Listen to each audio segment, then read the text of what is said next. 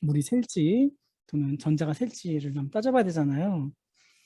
그래서 뭐 반도체는 아닙니다만 사실 이렇게 지금 제가 오른쪽에 보면은 그 애들 사용하는 물총을 가져왔어요. 뒤에 배낭 형태로 매가지고서 물총 사용하는 건데, 사실 여기에 구조나 원리나 또는 심지어는 전하 내지는 물이 사라지는 주요 메커니즘이나 간단하게 얘기해서 아까 제가 한참 하고 있는 디램하고 다를 게 없어요. 그래서 이걸 한번 해볼게요. 한번 골라보실래요? 지금 제 주먹에 있는데 이 물총이 잘 될 텐데 처음에는 시간이 지나면은 고장이 날 거예요. 고장이 나고 물이 어딘가 줄줄 새고 하겠죠. 여러분 보시기에 물이 제일 많이 셀 만한 곳이 어디일까를 한번 생각해 보실까요? 아니면 채팅창에다 적어주셔도 좋고 생각나시는 대로 어디가 셀까? 어디가 셀까? 요 가운데 파워킹이라 되어 있는데 여기가 뽕 셀까? 아니면 오른쪽 위에 여기 그 뭡니까 가방끈 같은 거랑 연결되어 있는 부분 여기가 툭 부서서 망가질까? 아니면 오른쪽에 이제 물 쏘는 건이 있는데요.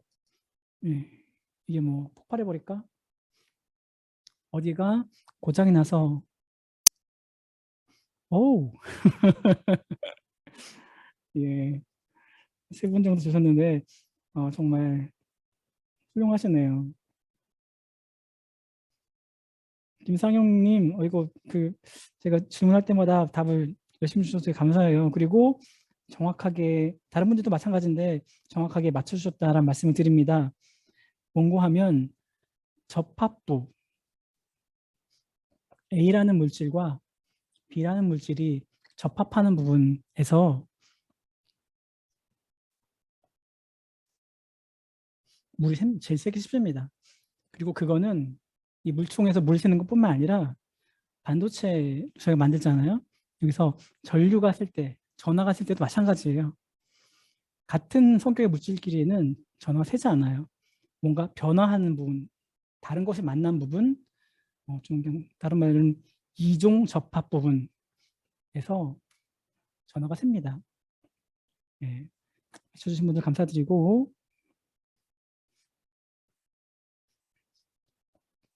이 그림이 이제 앞에 있었던 물총을 그 반도체 형식으로 바꾸는 게 되겠어요.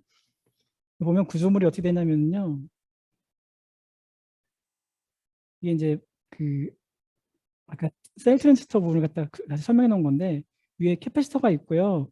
아래쪽에 스토리지 콘택이라 해서 스토리지 노드, 그러니까 셀캡에 연결된 컨택 부분이 있고 여기는 이제 저희 반도체가 타입이 있는데 실리콘을 갖다가 도핑하는 것에 따라서 N타입도 있고 P타입도 있는데요. 여긴 보통 N타입으로 해놔요. N타입. 전자가 많도록. 전자가 많도록. 게이트가 있죠, 가운데. 게이트는 아까 말씀드린 대로 전극이고 전기가 흐르고 게이트 메탈일 수도 있고 폴릴 수도 있고 폴리실리콘일 수도 있다 말씀드렸고 이 아래 보면은 여기도 이제 옥사이드 노란색이 살짝 있고 실리콘이 있는데 이 부분은 여기는 보통 P타입이에요. N타입, P타입. 그리고 다시 BLC라고 해서 빈라인으로 가는 컨택 부분이 있는데 여기 또 N타입으로 만들어요. N타입, P타입, N타입. 다른 종류의 사실 다 실리콘이긴 한데 다른 성격을 갖는 다른 물성을 갖는 물질들이 연결돼 있다라는 말씀을 드리는 거죠. 그리고 이 기판은 전체적으로는 다시 또 P타입이에요. 자, 리키지가 흐를 때 어디서 흐르느냐? 제일 많이 흐르는 게 여기 1번이라고 되어 있는데 N타입으로 된 SNC에서 스토리지 콘택이라서 SNC에서 이 P타입 쪽 벌크로 여기 벌크입니다. 벌크라고 불러요. 벌크 실리콘으로 흐르는 게 제일 리키지가 커요. 그래서 리키지는 두 개의 다른 물질 사이로 흐른다. 이종 접합 사이로 흐른다. 정전 리키지. 이거 말고 또 다른 게 있어요. 여기 보면은 스토리지 노드하고 게이트하고 접합부가 있거든요. 여기가 뭔가 빨간색 표시돼 있잖아요. 이게 뭔가 하면은 저희 일렉트릭 필드의 덴서티 나타내는 거예요. 세기를 필드 스트렝스 나타내는 건데 여기가 필드가 되게 세요. 그리고 그 부분만큼 리키지가 더 많이 흘러요. 그래서 이게 요 게이트와 스토리지 노드는 드레인 쪽에 있는 건데 드레인 쪽에 접합부에서 생기는 게이트가 만든 필드에 생기는 리키지라 해가지고서 게이트 인듀스드 드레인 리키지 게이트 G, I는 인듀스드, D는 드레인 리키지 GIDL이라고 하고 이거 주요 리키지 커런트가 되겠습니다. 정션 리키지 그리고 기들 리키지 G들 리키지라고 부르시는 분들도 있어요. 이게 주요 리키지가 되고요. 요 두 가지 리키지는 일반적인 거예요. 지금 보시는 제가 설명드린 디램뿐만 아니라 N타입, P타입으로 도핑된 실리콘하고 사이에서는 다 있는 일이에요. N타입과 P타입 사이에는 리키지가 흐르고요. 그리고 그 리키지가 보통은 정션 리키지라고 부르는데 이렇게 특정하게 주변에 있는 구조물, 게이트 같은 거에 의해서 필드가 세지면 리키지가 더 많이 흐른다, 국부적으로. 그런 의미인 거죠. 정션 리키지와 기드 리키지. 기타로 다른 리키지들도 있어요. 뭔가 하면은 이 게이트가 저희가 트랜지스터가 ON이 되거나 오프가 되거나 해서 오프일 때는 이 게이트 아래에 전류가 안 흐르길 바라잖아요. 그런데 흘러요. 작지만 흘러요. 그리고 그 작은 게 문제가 돼요. 그래서 요거가 오프 상태에서 흐르는 리키지에서 오프 리키지가 되고요. 심지어는 여기 4번은 뭔가 하면은 이 트랜지스터가 지금 하나 이게 구조가 있는데 이게 옆으로 가면 또 있거든요. 그 다른 트랜지스터로 흘러가는 커런트도 있어요. 이 아래쪽 실리콘을 통해서 이거를 필드 TR 리키지라고 부르고 그리고 캐패시터에도 리키지가 흘러요. 제가 이상적으로 배운 캐패시터는 리키지가 없어야 되잖아요. 사실 저항도 없고 리키지도 없고 캐패시턴스만 있는 거 저희 스파이스 시뮬레이션 하실 때 아마 놓고서 딱 그러실 텐데 그런 거는 세상에 존재하지 않는다. 리키지가 원래 흐르고 저항도 있고 그게 노멀한 캐패시터다라고 말씀을 드립니다. 이런 요인들에 의해서 리키지가 흐르고 그리고 보시지만 하나의 물질이 아니라 하나의 물질과 다른 물질이 맞닿는 부분 아니면 맞닿되 뭔가 좀 힘이 가해진 부분 거기서 리키지가 흐른다. 물총이 고장나서 물이 흐르듯 한 곳에서 맞는 진리나 메커니즘은 다른 데서도 맞을 가능성이 굉장히 높거든요. 말씀드리고 요거는 정션 리키지하고 기들 리키지는 용어를 알아두시는 건 좋긴 해요. 다른 그 트랜지스터에서 하실 때도 많이 볼 거거든요. 그래서 GIDL이라는 게 있다는 거고 그냥 대비되는 용어로 DIBL이라는 게 있거든요. 그거랑 좀 구분하셔야 돼요. DIBL, 드레인 인듀스드 배리어 로어링이라고 부르고 좀 다른 겁니다. 걔는 게이트가 아니라 드레인 전압에 의해서 VT가 감소한 현상을 나타내고 굳이 얘기하자면 오프리키즈랑 좀 상관관계가 있겠네요. 이 정도. 디램이 데이터를 어떻게 잃어버리는지 손실하는지에 대해서 설명드렸습니다.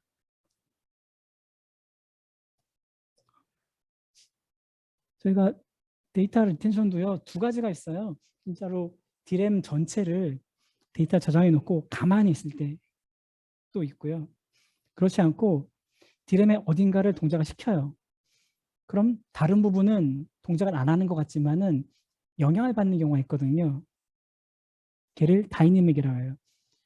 스태틱은 그러니까 시스템 전체가 가만히 있는 경우 너무 단순하니까 그냥 설명이 좀 쉬울 것 같고 이해하기 쉬우실 것 같고 제가 다이내믹이라는 상황을 좀 설명드려 보면은 지금 그 셀이 2개가 있잖아요. 캐패시터 하나, 트랜지스터 하나가 셀이 있으니까 2개가 있는 건데 예를 들어 위에 쪽에 있는 거에서 제가 그 정상적인 리드나 라이트 동작을 하는 거예요.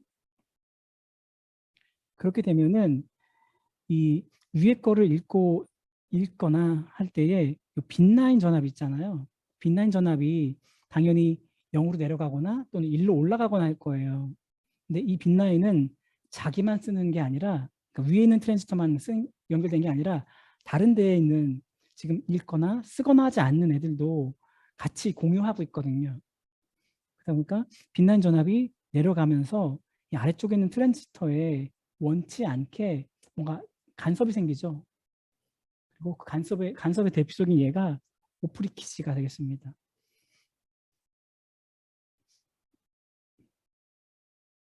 리키지가 흘러요. 예를 들어서 이 빛나는 전압이 왼쪽에 보실까요? 왼쪽에는 빛나는 전압이 그 2분의 1 V코라고 해서 제가 아까 V코가 1V라 했잖아요. 2분의 1 V코면 0.5V거든요. 0.5V. 그리고 그러면 빛나는 전압이 0.5V, 게이트 전압에다가 0V를 써놨으면은 이건 사실은 게이트에다가 소스를 기준으로 해서 마이너스 0.5V 쓰는 거랑 똑같아요. 마이너스 0.5V. 그럼 전자가 하나도 안 모이겠죠. 근데 오른쪽 경우를 보세요. 얘는 워드라인, 게이트 전압은 이제 0V를 그대로 있는데 이 빛나는 전압이 자기 거에다가 데이터 쓰거나 한 건 아닌데 딴 데 어디가 쓰다 보니까 빛나는 전압이 0V 내려왔어요.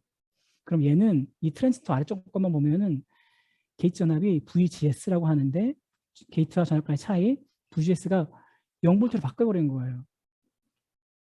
마이너스 0.5V로 전자가 잘 모이지 않게 놨었는데 자기는 가만히 있는데 딴 데 어디서 동작하느라고 자기가 게이트 전압이 0V로 바뀐 것처럼 그거만큼 리키지가 흐르는 거죠. 그래서 여기 그림 아래쪽 보면은 하늘색 선으로 해서 전류가 흘러나가는 거를 모사로 이렇게 그린 거예요.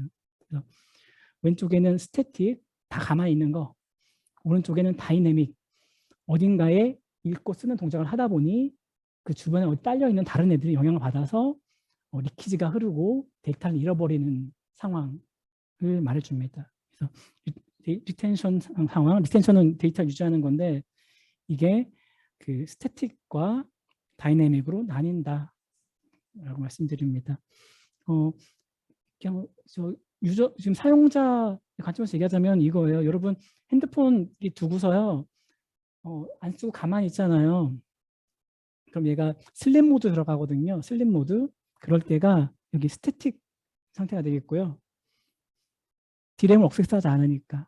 근데 이제 오른쪽에처럼 제가 뭐 동작을 좀 한다 하면은 디램 중에 어느 부분인가가 쌓일 거예요. 동작이 될 거예요. 그러면은 걔는 리드나 라이트를 하는 건데 다른 부분은 그냥 가만히 있거든요. 근데 걔가 가만히 있는 부분에 영향을 받는다. 네, 그때 리키지가 흘러나간다라는 말씀을 드립니다. 여기가 또 디램 내에서는 되게 중요한 내용이어서 미리 잘 알아두시라라고 말씀을 드려요. 아까 얘기한 것처럼 별표 그렇게 되는 건데 뭐 제가 이제 트랜지스터하고 트랜지스터 기본적인 구조 놓고 이제 하는 것들을 하고 있는데 아마 뭐 수업을 배우시거나 하실 때 모스펫 배우고 할 때도 트랜지스터 하나의 어떤 동작이나 이런 걸 배우셨을 거예요. 근데 저희가 그 트랜지스터 하나 동작뿐만 아니라 배치를 어떻게 하느냐, 이 트랜지스터들을 어떻게 배치하느냐, 직각으로 배치하느냐, 사선으로 배치하느냐 하는 거에 따라서 굉장히 큰 영향이 생겨요. 그거를 보여주는 게 이 그림이어서 제가 가져왔고, 그러니까 결과적으로 말씀드리고 싶은 걸 미리 말씀드리면은 반도체 하는 사람이 하는 일이 전기 전압, 전류 전압만 결정하는 게 아니다.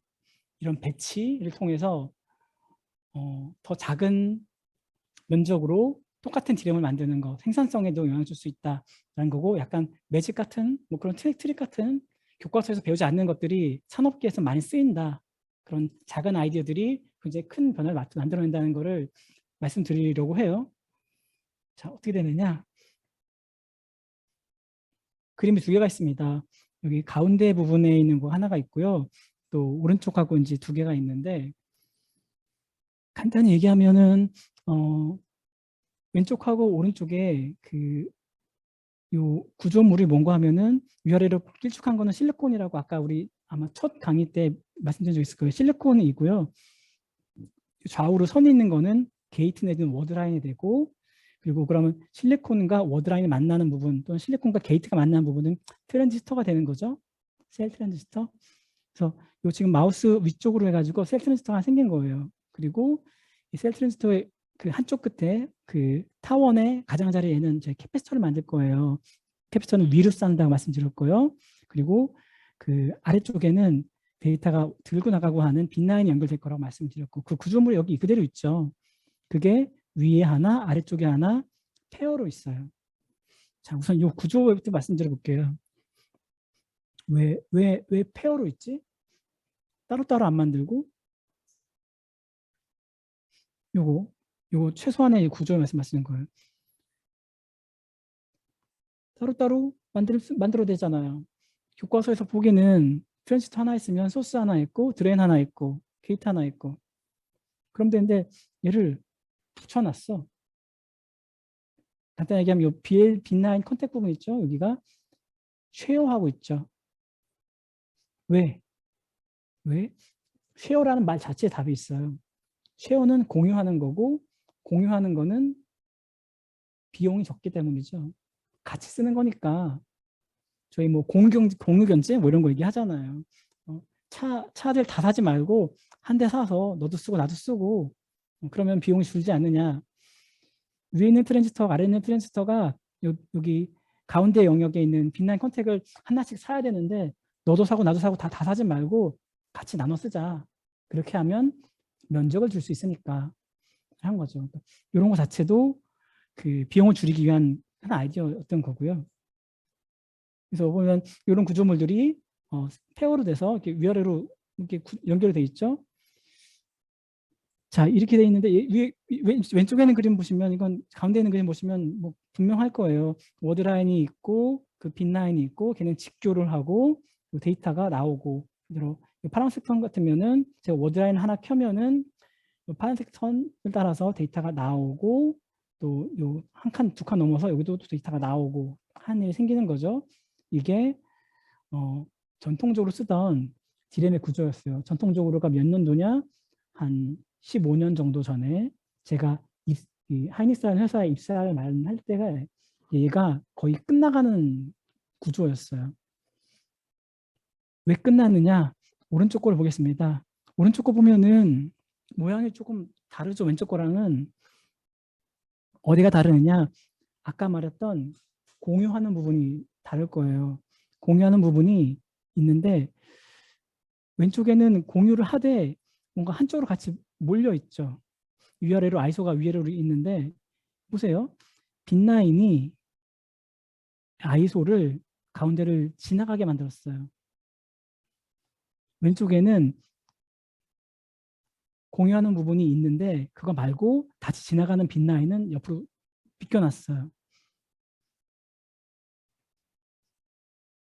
비유를 하자면 왼쪽에는 이 빈라인은 저희 아파트 중에서 복도식 아파트 있잖아요. 복도식. 복도가 있고 그리고 현관이 따로 있는 거예요. 가운데 현관. 그리고 그 현관을 두 집이 나눠 쓰는 거지.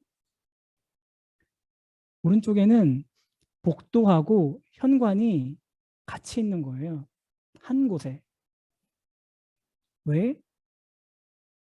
아까 공유경제. 공간을 줄일 수 있으니까. 이렇게 저 실리콘을 액티브로 부르는데요. 실리콘을 한 20도 정도 꺾어 놓는 거, 그리고 그 만으로도 꺾어 놓고 빈 라인을 옆으로 옮기는 것만으로도 이 공간을 또 줄이는 게 되어버린 거예요. 결과적으로 어떤 효과가 났느냐? 보세요. 왼쪽에 있는 거에 보면은 왼쪽 거 전체 그림, 면적을 한번 보세요. 이만큼이죠. 제가 마우스로 왔다 갔다 하는 부분. 오른쪽 거 보세요. 이만큼이죠. 두 개가 데이터 용량이 똑같아요. 그런데 왼쪽하고 오른쪽하고 면적이 어떤 게 더 작아요? 보시는 대로 오른쪽이 작죠.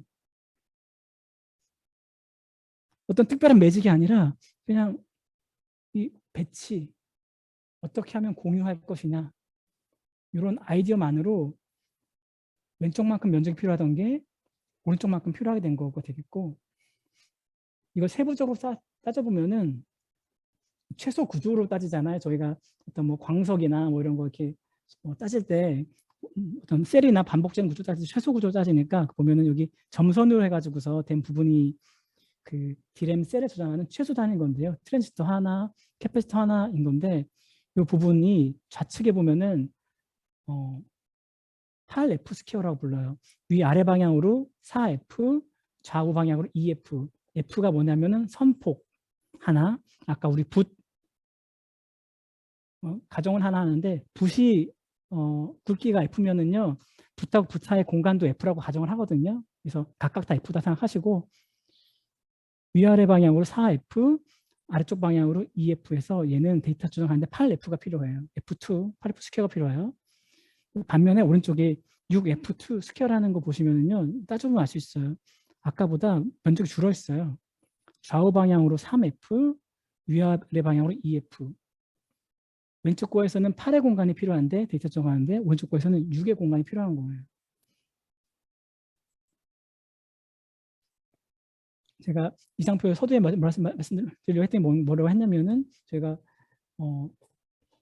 전기전자과에서 또는 재료과에서 반도체 배울 때 모스펫이라는 거 배울 거고 하나 구조 놓고 전기 전압, 실리콘, 옥사이드 뭐 이런 거 배울 텐데 이런 배치도 되게 중요하다. 이런 저희가 여러분 배우신 그런 기본 개념에다가 이런 배치적인 거, 어떤 아이디어 컨셉이 모아져서 전체 제품이 된다라는 말을 드립니다. 이게 핵심인데 그냥 조금 더 설명을 드릴게요. 그냥 지금 재밌어서 설명을 드려보면은 요 파란색 선들 있잖아요. 얘가 제가 빨간색 그 워드라인 내진 게이트를 켰을 때 데이터가 한 번에 나가는 구조예요. 여기만 데이터가 나가요. 보세요. 왼쪽 거에는 요 BL, 빗라인인데요. 여기서 데이터가 나가면은 바로 옆에 있는 빛바, 슬래시 근거, 여기는 데이터가 나가지 않아요.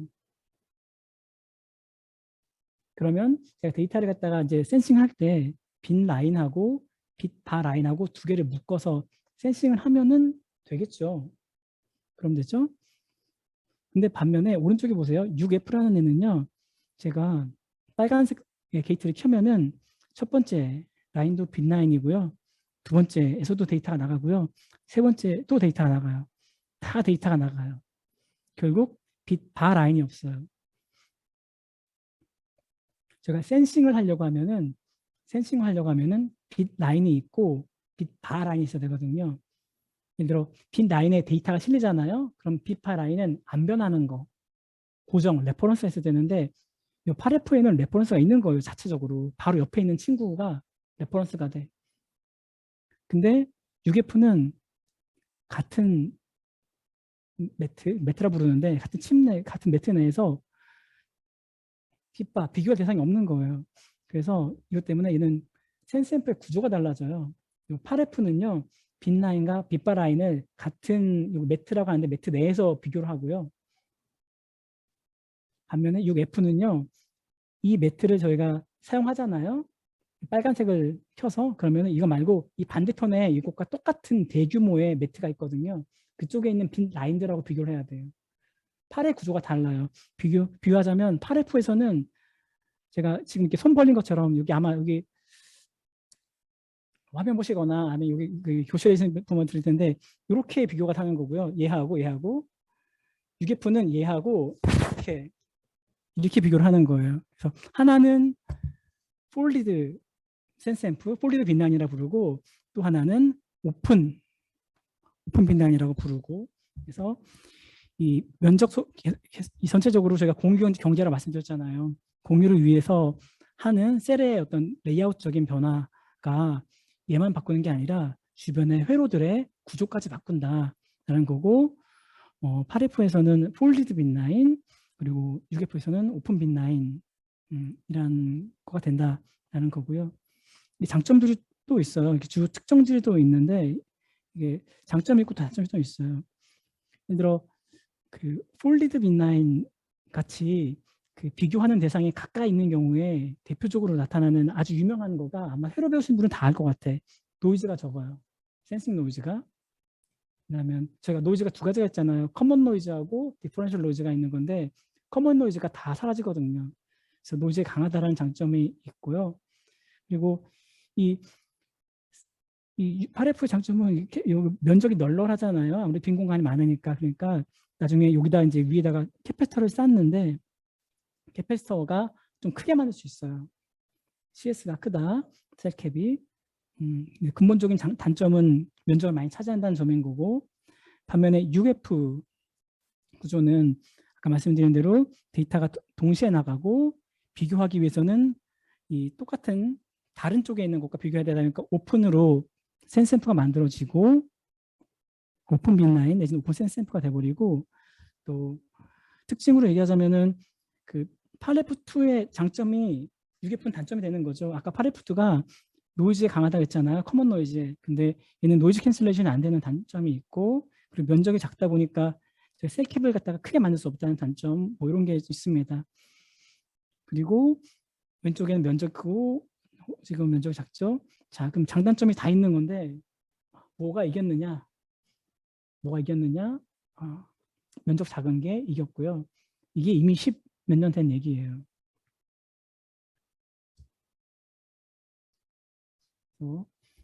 이거 설명드렸습니다.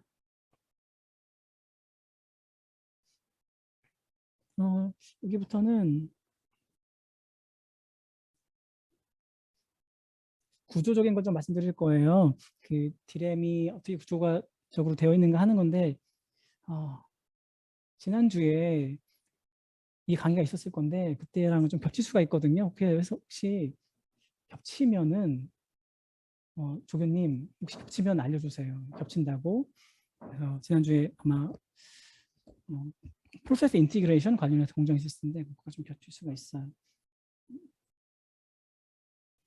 디램을 아까 저희가 템 사진이라는 걸로 한번 설명을 해주셨잖아요. 그거를 좀 이렇게 구조적으로 이렇게 알아보면은 여기서 말씀드릴 거는 그냥 공정적인 설명, 전체적인 공정의 플로우를 말씀드리려고 하는 건데요. 용어 맨 아래를 아이소라고 불러요. 이 용어는 저희 디램에서만 쓰는 용어가 아니라 반도체 하는 많은 회사에 쓰는 공통적인 용어니까 알아두셔도 괜찮다 말씀드리고, 맨 처음에는 아이소라고 해서요. 실리콘을 깎는 과정, 쓸 영역과 쓰지 않을 영역. 그래서 아이소가 있고, 그 다음에는 워드라인 내지는 게이트를 만드는 공정이 있습니다. 아까 옥사이드 깔고 게이트 옥사이드 깔고 그다음에 게이트 전극하는 거. 그래서 워드라인 내지는 게이트 전극이 있고, 그러니까 셀티알로 치면은 워드라인이 되고 여기 페리티알로 하면은 게이트라고 부르는 거고요. 그래서 한층 더 위로 올라가면은 그 빈라인들 있죠. 데이터가 들고 나가고 해야 되니까 그 빈라인의 연결이 위쪽에서 돼요. 빈라인 컨택 되고, 그리고 그 위에는 저희는 이제 캐패시터를 만드는 거고요. 캐패시터를 그래서 연결을 쭉 하고, 그리고 이 캐패시터는 이제 디램에는 있고 당연히 이제 LSI나 이런 데는 없습니다. 거기는 좀 다른 층 구조가 있고, 보통은 LSI는 여기가 이제 메탈 라인들이 연결이 돼요. 신호가 왔다 갔다 하는. 그 위에 저희는 이제 MLM이라 해가지고서 멀티플 레이어 메탈 해가지고서 메탈이 신호가 왔다 갔다 하는 그런 라인 됩니다. 메탈 라인은 그 메탈 1, 2, 3, 4 해가지고서 자사는 뭐 5 뭐 이렇게까지 가고요. 그리고 LSI는 뭐 10층 넘는 것도 있어요. 그래서 그렇게 돼 있다. 그런 구조를 갖고 있다. 아이소부터 게이트, 그리고 컨택을 위한 공정들, 빈라인 컨택, 그리고 디램에 특화되어 있는 캐패시터, 그리고 연결을 위한 메탈 레이어들, MLM이라고 있다라고 말씀을 드립니다.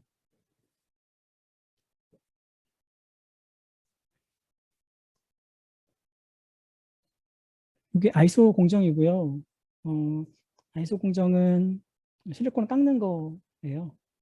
그래서 아까 우리 UF2 봤잖아요. UF2 보면서 실리콘 사선 타원인데 이게 옆으로 이렇게 누워 있죠. 그 구조가 이렇게 왼쪽에 있는 거예요. 약간 누여서 실리콘을 이렇게 만들어요. 그리고 하얀색 부분은 다 제거해 버리고 파란색만 남겨서 쓰는 겁니다. 네, 이렇게 되겠고, 정기적인 분리를 위한 거고, STI라고도 부르거든요. STI 용어는 Shallow Trench Isolation이라고 부르고요. 뭐 이렇게 그냥 알아두시면 좋아요. STI라고 있고, 그다음에 저희 게이트라는 걸 만드는데 방금 전에 그 실리콘을 갖다가 액티브라 했고 이게 사선 방향으로 있다고 했잖아요. 게이트는 좌우로 지나가는 거예요. 게이트라고도 부르고 워드 라인이라고도 부르고 하는 거가 이렇게 좌우로 방향으로 지나갑니다. 근데 보면은 여기서 좀 설명을 드릴 게 있는데 이 가운데 그림이 있잖아요. 단면이라 해가지고서 그림이 있는데 요 까만색 이 액티브 실리콘이고요. 실리콘 요 회색 있잖아요. 이렇게 감싸고 있는 거 회색 보이세요? 요거가 옥사이드인데 여기 이거 무슨 색깔을 해야 돼요? 이거 귤색 뭐 이런 거 여기 부분이요 게이트예요. 특이하지 않으세요?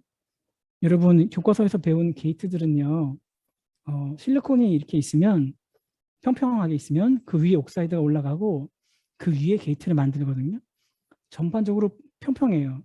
저희가 플라나라고 부르기도 하는데 그런데 드램셀에 쓰는 게이트는 그렇지 않아요. 실리콘을 밑으로 깎아버려요. 그리고 옥사이드를 만들고 그리고 또 게이트를 채워 넣어요. 그러니까 3차원 구조가 되는 거죠. 이렇게 돼 있다. 라는 말씀을 드리고 왜 이렇게 깎아 넣었다 안으로 파 넣었다라 해가지고서 보시면 제목이 베리드 게이트인데 베리드 안에 파져서 들어가 있다라고 되어 있습니다. 여기서 알아야 될 거는 뭐 베리드 게이트라는 이름보다 중요한 거는 이걸 왜 했느냐라는 걸 아셔야 될 거잖아요. 그게 오른쪽에 설명이 되어 있어요. 저희가 트랜지스터에서 가장 중요한 컨셉 중에 하나가 뭔고 하면은 게이트가 실리콘을 잘 컨트롤하게 만드는 거거든요. 그럼 어떻게 하면 잘 컨트롤할 수 있을까 생각을 해볼게요. 예를 들어서 제가 핸드폰이 있습니다. 핸드폰 이거를 핸드폰이 아니라 그냥 이렇게 이런 물건인 거예요. 이거 잡고 흔들려고 해요. 끝에를 제가 살짝 잡고 이렇게 흔들어 볼게요. 잘 흔들어지겠어요? 아니죠. 이거보다 좀 더 나은 방법이 있어요. 감싸줘요. 실리콘을 아니지. 제가 어떤 물건을 제가 더 많은 면적으로 감싸주게 되면은 아무래도 더 컨트롤하는 게 쉬울 거예요. 그렇죠? 이런 컨셉인 거거든요. 핵심이 뭔가 하면은 컨트롤하려는 부분에 대상의 물질과 컨트롤하는 나 사이에 면적비, 공간적인 비율 어떻게 되느냐가 내가 이거를 컨트롤 잘 할 수 있느냐 아니느냐를 결정하게 됩니다. 공간비. 그 공간비를 늘릴 수 있는 방법이 오른쪽 아래 보면은 간단히 나와 있어요. 핀펫이라는 거 있거든요. 핀펫은 신문 방송에도 엄청 많이 나와요. 되게 유명해져가지고서 대표적으로 이게 핀펫이 이런 거예요. 제가 모스펫을 제가 비유하자면은 이 실리콘이 있는데 제가 이렇게 딱 이렇게 해서 이 방식으로 이거 흡수하기 바라는 거예요. 이렇게 살짝 잡아서 플라나하게. 핀펫은 뭐냐? 감싸지는 거예요. 핀펫 진짜로. 그램 보시면은 요 파란색 부분이 실리콘이고요. 요 뭡니까? 요 갈색으로 해서 돌아가고 있잖아요. 이게 감싸지는 거. 핀. 구조가 머리 들어오시나 모르겠습니다. 그리고 여기 가운데 있는 그림은 RG라고 해서요. 리세스 게이트거든요. 리세스 게이트. 제가 이 실리콘하고 제 손하고 접촉 부분을 늘릴 수 있는 방법 중에 하나가 또 뭐 있냐면은 제가 이렇게 하면은 제가 손가락 2개만큼만 접촉할 수 있잖아요. 근데 만약 이걸 밑으로 파버린다 생각해 볼게요. 파고 손가락 이렇게 되면은 손가락 5개가 들어가겠죠. 그거만큼 컨트롤이 더 잘 될 수 있을 거예요. 그래서 대상 기판하고 대상과 나 간의 어떤 비율을 늘리기 위해서 파놓은 거, 파고 내 손가락을 이렇게 하던 거를 이렇게 집어넣은 거가 가운데 있는 리세스 게이트라고 하는 거예요. 끝판왕인데 마지막에 S핀이라는 게 있거든요. 새들핀. 얘는 어떻게 한 거냐? 얘를 파요. 파고 손가락을 넣었어. 넣은 다음에 거기서 다시 감싸지는 거예요. 유골이 감싸지는 거예요. 이걸 제가 설명하기 되게 어려운데 예를 들자면은 말 있죠, 말. 말 보면은 낙타가 좋겠다. 낙타 보면은 쌍봉 낙타. 앞에 이렇게 혹이 하나 있고 뒤에 혹이 하나가 있고 내가 가만히만 앉아 있어도 가운데 있게 되거든요. 그것만으로도 아무래도 안정하죠. 평평한 데 앉아 있는 것보다는 쌍봉의 가운데 앉아 있으니까 거기에서 내가 발을 내려서 낙타를 감싸주게 되면 가운데로 들어와서 낙타의 등에 가운데로 들어와 있기도 하고 발로 감싸지기도 하고 그러니까 두 번에 걸쳐서 컨트롤을 잘 할 수 있게 되는 거죠. 그래서 이게 새들핀이라고 하고요. 새들이 말한장이에요.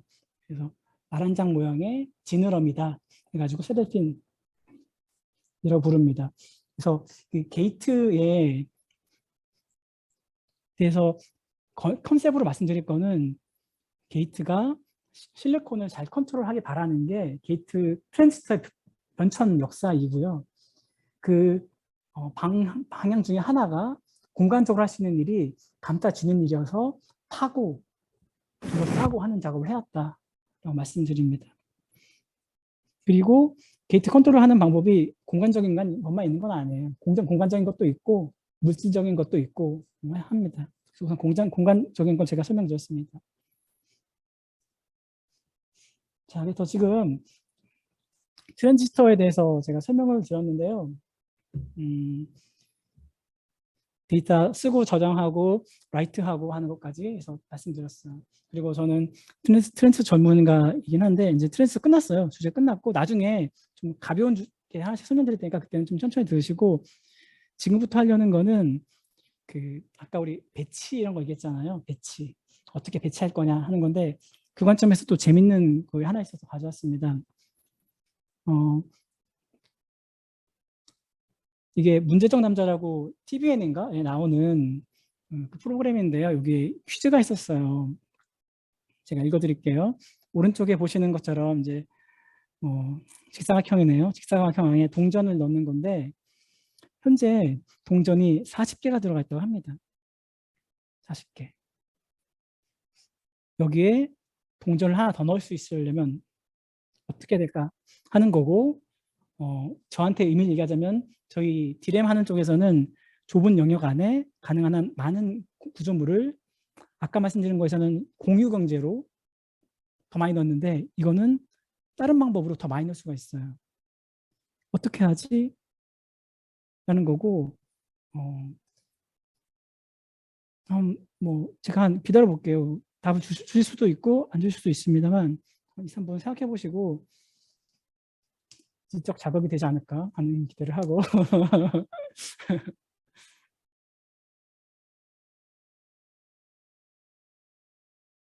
아이고 이거 잠깐만. 예, 이런 문제입니다. 잘 보이시죠? 어떻게 하면 동전 하나를 더 넣을 수 있을까?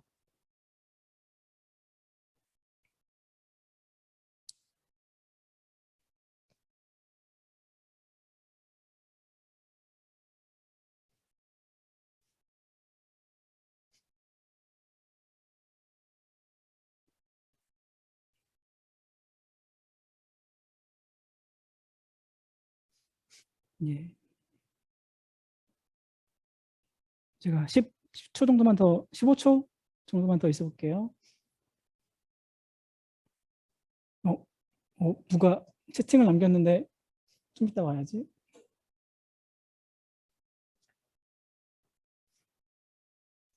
예.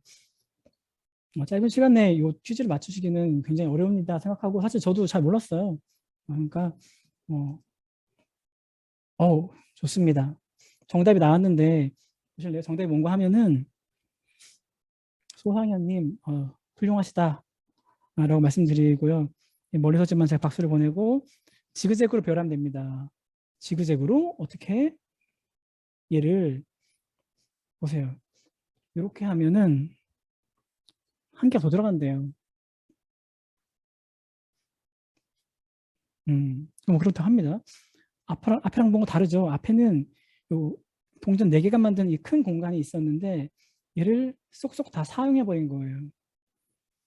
그렇게 해서 41가 들어가고, 얘 더 장점이 뭔가 하면은 이게 이제 뭐 동전 40개, 41개 채우는 거면 문제가 별일 아니지만, 이걸로 D램에 들어가는 뭐 16기가 만들어 본다 하자고요. 그럼 여기 오른쪽에 이렇게 왼쪽에 이렇게 빈 공간이 아직도 남아 있어요. 이게 40개에서 41개인 거지. 만약 제가 8기가 16개가 맞는다면은 굉장히 큰 차이가 날 수 있다는 거죠. 그리고 저희는 캐패시터를 이런 방식으로 배치를 해요. 셀 트랜지스터들을, 캐패시터들을 앞서에서 지그재그로, 직각 직교접혈계로 배치하는 게 아니라 지그재그로 배치한다. 그럼으로써 더 많은 캐패시턴스, 더 많은 데이터가 좁은 영역 안에 저장되도록 한다라는 거고, 또 아까 말씀드린 건데 반도체에서 하는 일이 전압전류, 실리콘 이런 것만은 아니다. 배치적인 아이디어, 그리고 여러분들이 퀴즈에서 보셨던 어떤 그런 것들의 컨셉들까지 다 합쳐져서 반도체 일부로 만들어지는 거다. 좀 종합적인 어떤 종합 예술이다라고 말씀을 드립니다. 그래서 여러분들이 반도체를 궁금해서 오셨을 테고, 또 저희가 이 인더스트리에 들어오실 수도 있겠지만은 생각을 좀 넓게 하실 필요가 있다. 교과서만 볼 게 아니라 이런 퀴즈도 좀 봐야 된다는 말씀을 드립니다.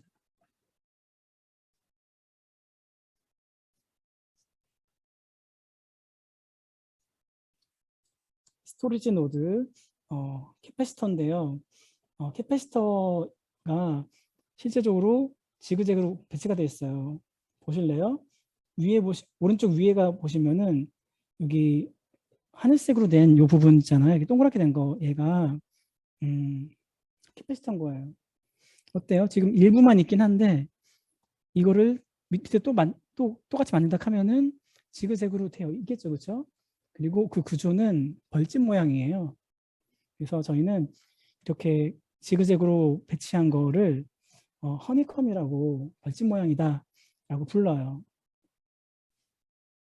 그리고 캐패시터는 벌집 모양으로 배치를 하는데 아래쪽에 있는 그 트랜지스터들은 벌집 모양이 되지 못하거든요. 구조적으로 그래요. 그래서 벌집 모양이 아닌 것과 벌집 모양인 거를 연결하는 게 필요해요. 그 부분이 여기 스토리지 노드 플러그 공정이라고 해서 그 위아래 다른 거를 연결해 주는 공정이 좀 필요합니다. 예, 그렇다는 말씀을 드리고,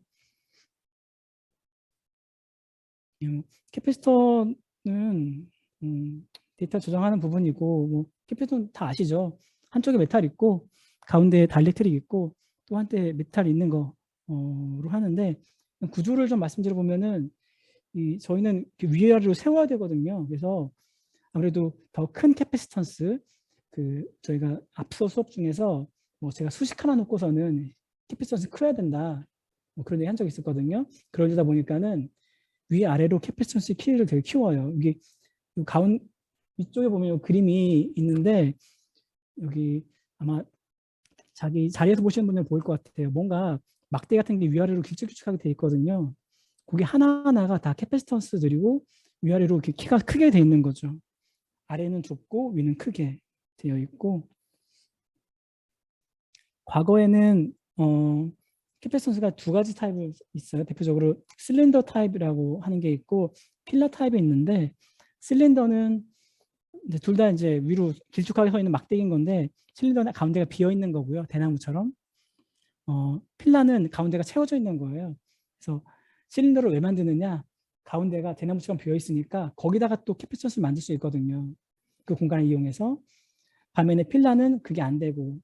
그래서 과거의 캐패시터들은 요 실린더 타입을 만들었어요. 캐패시턴스를 이 안쪽 공간과 바깥쪽 공간을 다 사용하기 위해서 만들었는데 그게 좋죠. 그런데 저희가 테크 슈링크라는 거를 스케일링이라는 걸 점점 하다 보니까는 이게 왼쪽 게 만들기 어려워졌어요. 그래서 지금은 대부분 필라로 해서 막대기 형태로만 만들어서 외면, 바깥쪽 면만 사용하고 있습니다. 그리고 MLM이라고 해서 멀티레이어 메탈라이제이션이라 해서 연결되는 것들인데, 이거는 쉽게 생각할 수 있어요. 저희 넘어가도 되고, MLM 쪽에 그냥 상식적으로 말씀드려서 좀 특이한 거가 뭐 있었냐면, 특이한 건데 오래됐어요 이미. 그 옛날에는 그 MLM 쪽에 메탈로 알루미늄이랑 썼었거든요. 근데 지금은 다 카파 계열로 바뀌어 있어요. 바꾼 이유는 카파가 비저항이 작으니까 저항이 작고 데이터가 빨리빨리 전달이 되는 거죠. 그런 면으로 카파가 돼 있는데 이 카파가 공정이 어려워요.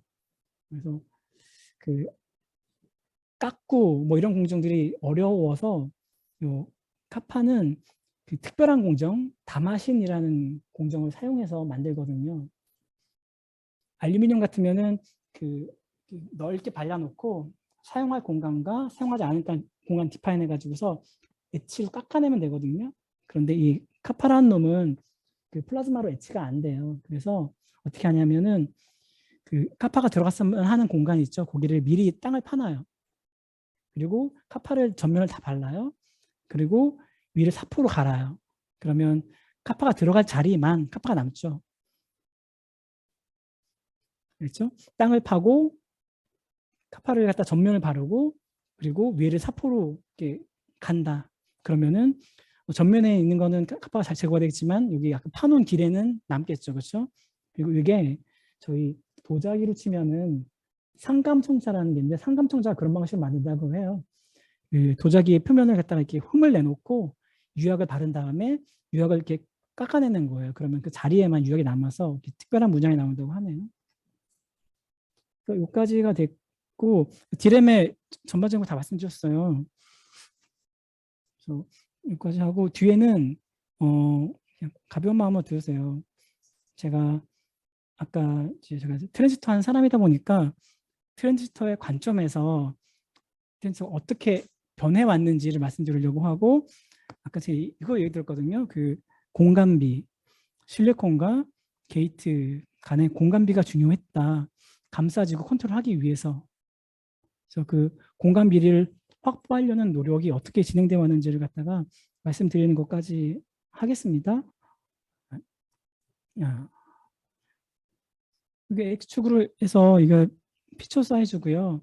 시간이라고 보시면 되고 Y축으로 해가지고 셀의 에어리어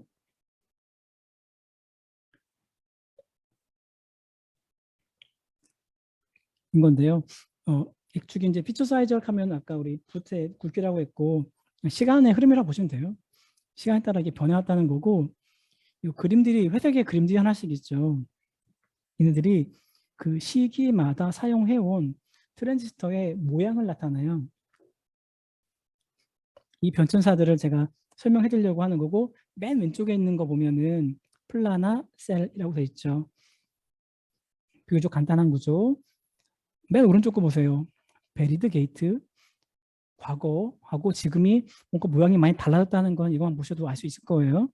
왜 이렇게 달라져 왔는지에 대해서 그냥 편하게 변천사를 말씀드리도록 하겠습니다.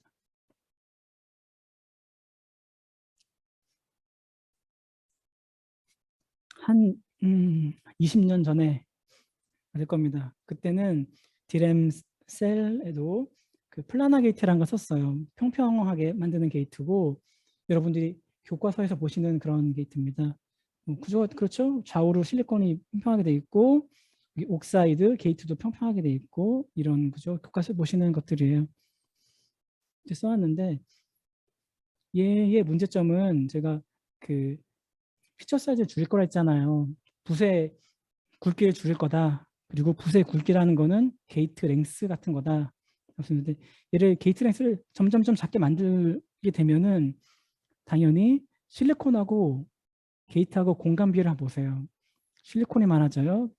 게이트가 빨리 줄어들어요. 실리콘이 빨리 줄어들어요. 실리콘은 바다예요. 안 줄어들어요. 게이트만 줄어요. 점점 게이트가 실리콘을 잘 컨트롤하지 못하는 일이 생기거든요. 그로 인해서 그 트랜지스터에 리키지가 생긴다든지 하는 일이 생겼던 거고 그게 기본적인 문제였습니다. 그래서 하나 생각해낸 게 그러면 그 붓의 굵기를 뭐 두껍게 하는 거는 안 되는데 왜냐하면 우리가 스케일링이라는 걸 해야 되니까 좀 인위적으로 게이트 랭스 그러니까 긴 것처럼 만들어 보자 해가지고서 이렇게 단을 만들었어요. 계단을. 아까보다는 길어진 것처럼 보이겠죠? 좌우는 똑같은데 요 위아래 계단만큼 전자가 좀 더 멀리 가야 되니까 요 보시죠? 그래서 요거를 스텝 게이트라고 했어요. 계단이 있는 계단처럼 만들어진 거다 해가지고 스텝 게이트라고 불렀는데 이렇게 해서 게이트 랭스를 마치 긴 것처럼 느껴지게 만들었던 거죠. 얘가 결정적인 단점이 있었어요. 뭔가 하면은 저희가 공정 간의 온라인이라는 걸 해야 되는데요. 정렬. 아래쪽에 있는 공정과 위쪽에 있는 공정이 정렬이 잘 안 되는 경우가 생겨요. 그래서 이 게이트가 딱 이렇게 계단을 갖다 감싸도록 만들어지면 좋은데 아래쪽에 있는 그림처럼 뭐 게이트가 움직이든 아니면 실리콘이 움직이든 해서 좌우로 틀어지게 되면은 한쪽에는 게이트가 계단이 생겼는데 오른쪽에는 뭐 계단이 안 생기고 뭐 이런 일이 생기는 거죠. 결국 트랜지스터들 간에 산포가 커진다.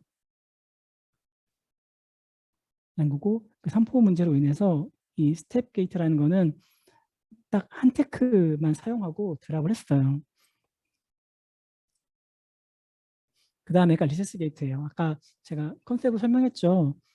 이걸 그 게이트하고 실리콘하고 공간비를 늘리는 방법 중에 하나가 파고 이렇게 있던 게이트를 밑으로 씹는 거다라는 거고요. 보시면은 실리콘이 이만큼 파져 있고요. 게이트가 안으로 쑥 들어갔죠. 이게 게이트. 그러다 보니까 게이트 랭스라고 할 부분 원래는 좌우 구간이 이만큼인데 위아래, 좌우, 또 위아래. 그래서 굉장히 길이 넓어진 게이트 랭스가 생기는 거예요. 이렇게 한 거가 리세스 게이트라고 부르고요. 게이트 랭스를 증가시키는 굉장히 훌륭한 방법이었던 거죠. 근데 얘도 문제가 있어요.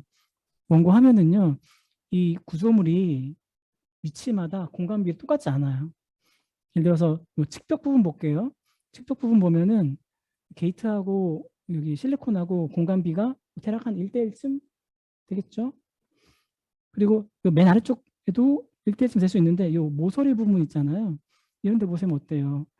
실리콘이 게이트를 감싸고 있죠. 게이트가 감싸져 버렸죠.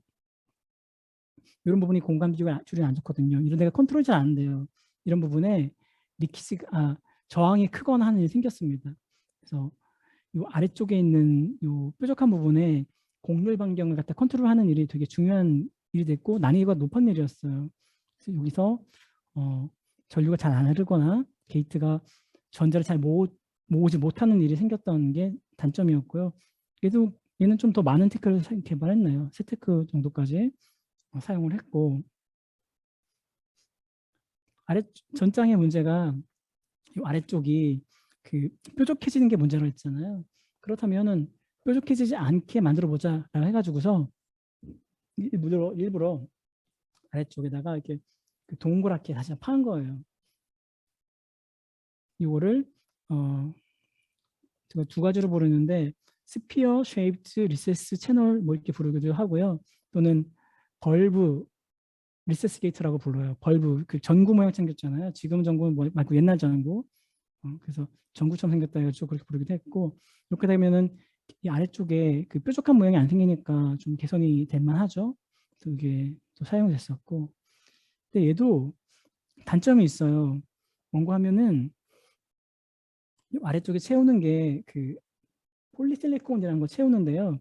공정상 요 바깥 면부터 채워지거든요. 한 층 한 층. 그러다 보니까 이 위에가 닫혀버렸는데 아래쪽에는 빈 공간이 생기는 게 생겨져. 그럴 것 같죠? 이렇게 아래쪽에가 넓으니까. 그래서 이 빈 공간이 사실 이 가운데에 가만히 있으면 문제가 없는데 이 폴리실리콘이라는 거는 간단히 얘기하자면 온도만 가하면 젤리처럼 녹아요. 이 빈 공간이 좌우로 막 움직여. 그래서 어딘가 붙어버리는 일이 생기는 거예요. 이거 가운데 있으면 문제 없겠지만은 실리콘 쪽에 옥사이드 쪽에 닿아버리면은 걔는 트랜지스터로 동작을 못 하거든요. 그리고 이게 컨트롤이 안 됐어요. 그래서 이것도 큰 문제가 있어서 좀 사용하다가 드랍했다라는 거고요. 그 다음에 한 거가 아까 우리 새들핀이라고 해서 그 쌍봉 낙타의 가운데 앉고 앉은 것만으로 부족해서 다리로 낙타의 뭡니까 배를 꽉 감싸지운 구조를 한 거예요. 왼쪽에 보시면은 그 구조인데요. 이 녹색 부분이 쌍봉 낙타의 두 개 봉우리라 보시면 되고 게이트가 사람이라 보면 돼요. 게이트가 봉의 가운데 앉았죠. 그리고 다리를 펼치기 시작한 거죠. 네. 그 구조가 이제 새들핀이라고 부르고요. 새들은 아까 말씀드린 대로 말 한 장, 핀은 지느러미 뜻이고 네, 이렇게 그렇습니다. 굉장히 좋은 아이디어 같은데 얘도 단점이 또 있어요. 하고 만들고 나면 단점이 생기고 만들고 나면 또 단점이 생기고 뭔가 하면은 이 오른쪽에 보시면은 제가 다리를 길게 늘어뜨릴 거라 했잖아요. 다리를 길게 늘어뜨릴 거라고 여기 가운데 액티브가 있는데 실리콘이 있는데 저기 원래 서야 되는 게이트는 뭐 정상적으로 있는 거죠. 그런데 그거 말고 옆에 좌하고 우측에 지나가는 게이트가 있거든요. 다른 데 사용하기 위해서 지나가는 게이트. 걔네들을 길게 깊숙하게 파놓아야 되는 거예요. 왜냐하면 자기가 다리가 길어지려면은 옆에 있는 애들도 다리가 길어져야 되거든요. 그러다 보니까 이 실리콘이 옆에 원치 않게 지나가는 패싱 게이트라는 게 생기고 이 패싱 게이트의 영향으로 그 기들 리키지 아까 우리 그 리키지 메커니즘 두 개인가 설명했었는데 주변에 있는 전극에 의해서 필드가 세져 생기는 리키지가 생긴다. 근데 이게 생겨버린 거죠. 그래서 세드핀의 문제는 또 기들 리키지가 더 커지는 거였던 거죠. 보세요. 과정은 이래요. 문제가 생기고 해결하고 그거 해결하는 과정에 또 다른 문제 생기고 그걸 또 해결하고 하는 과정에서 지금은 이제 패싱 게이트에 의한 게이트 리키지 문제까지 오게 된 거죠.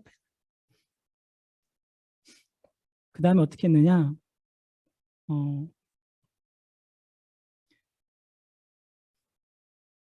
요 왼쪽 그림에서 그 옆에 있는 패싱 게이트들이 안 되는 기들 리키지라는 게 문제가 된다고 했는데요.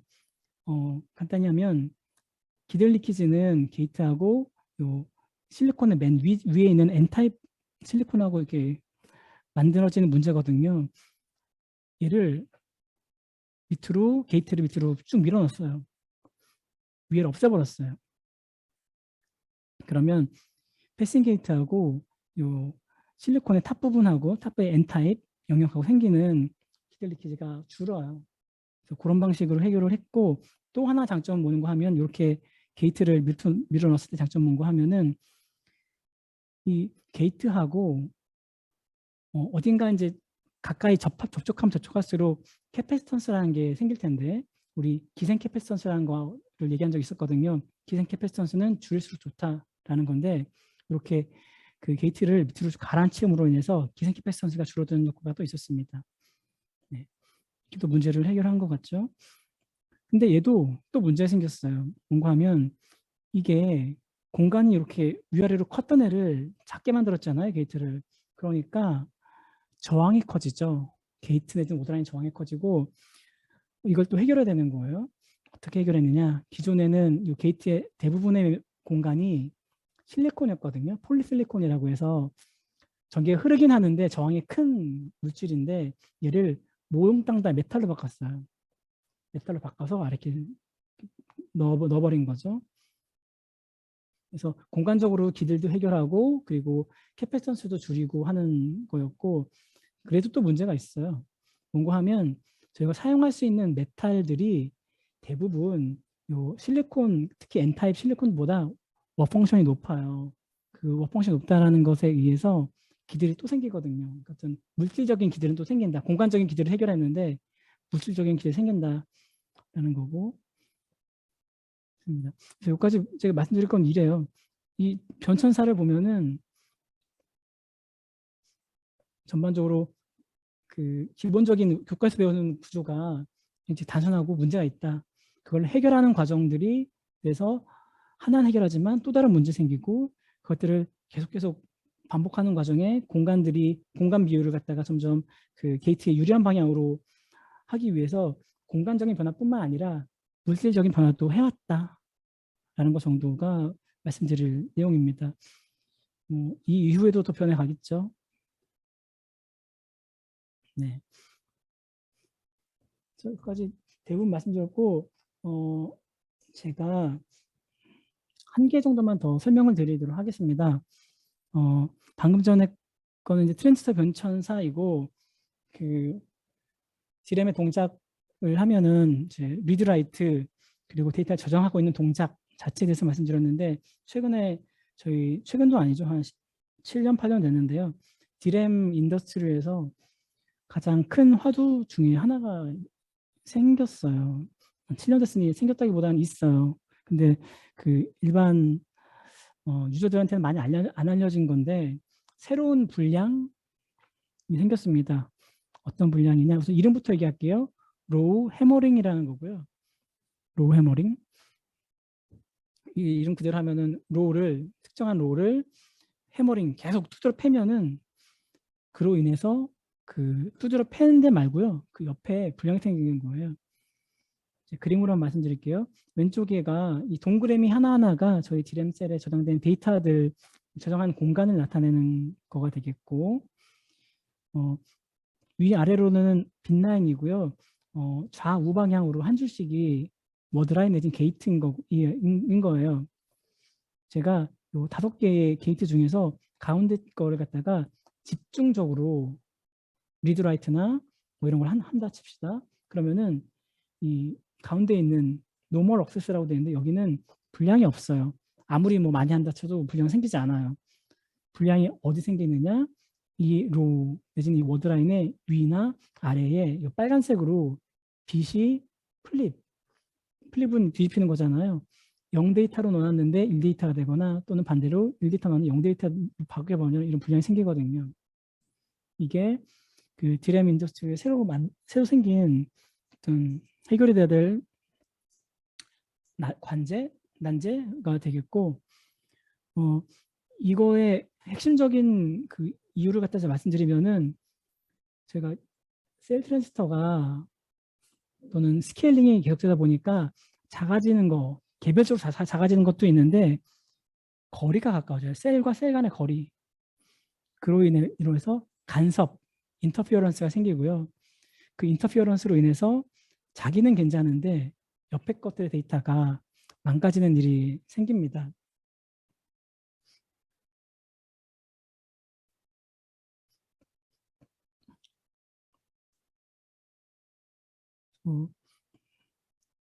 그런 인터피어런스를 어떻게 해결할 거냐 하는 것도 중요한 문제이고, 제가 뭐 예를 말씀드리면은요, 여기가 트랜지스터 구조인 건데, 여기 워드라인 1, 2가 있잖아요.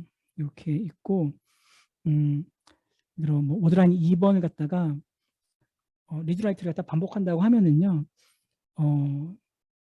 여기 SN2는 정상적으로 돼요. 문제가 없어요. 근데 이거 말고 여기 SN1에 데이터가 갑자기 망가지는 일이 생기는 거예요. 워드라인 2를 온, 오프 하는 동중에, 롤을 해머링 하는 동작 중에 전자들이 튀어나가서 주변으로 튀어나가거든요. 저희 마치 뭐 폭발하듯이 튀어나가서 이 SN1에 쌓이는 일이 생기고요. 그로 인해서 주변에, 자기는 아닌데 주변에 불량이 생기는 일이 있습니다. 이런 문제는 어떻게 해결하느냐?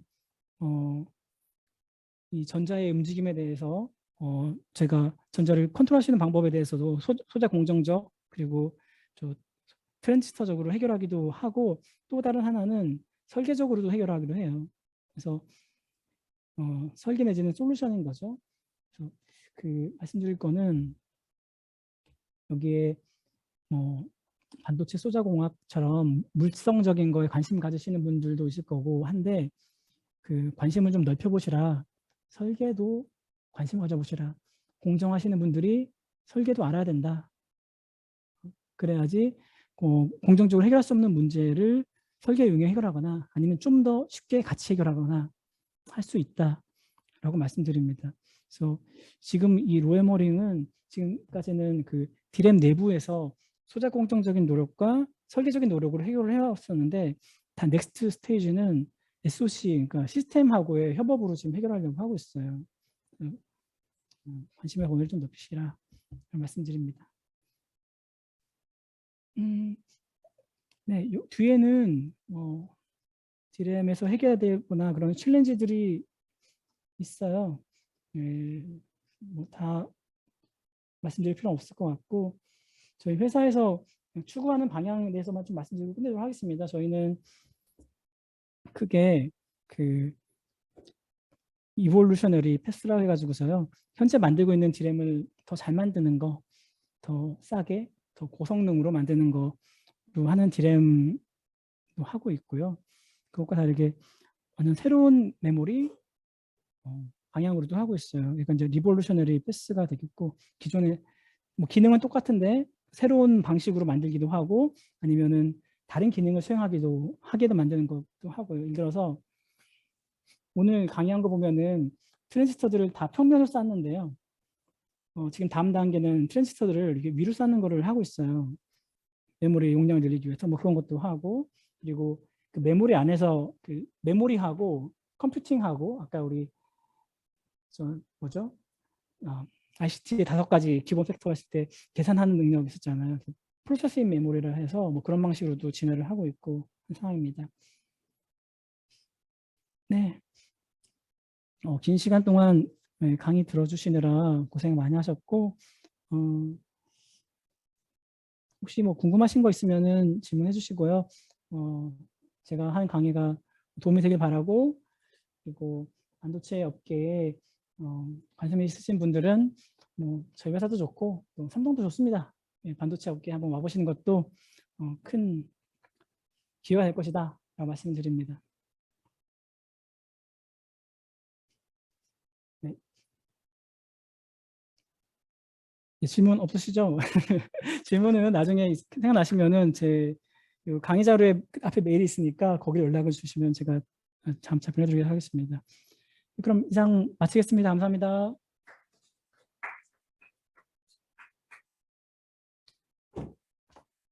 네, 퀴즈 바로 진행하겠습니다.